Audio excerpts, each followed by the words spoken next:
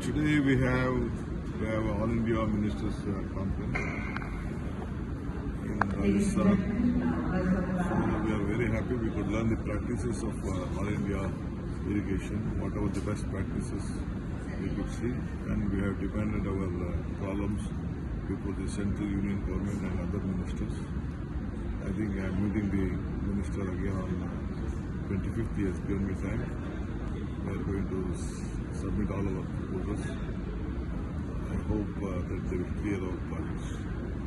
Anyway, irrigation is a very much important, water problem is very much important for urbanization, industries and the farming communities and drinking water.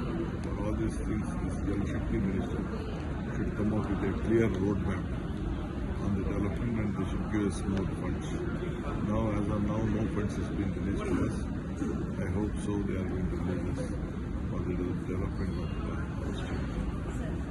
जिस तरह से संगम के पानी को लेकर जो चल रहा रिपोर्ट्स वगैरह आई है पानी में, तो क्या क्या कहेंगे? That is what we are just.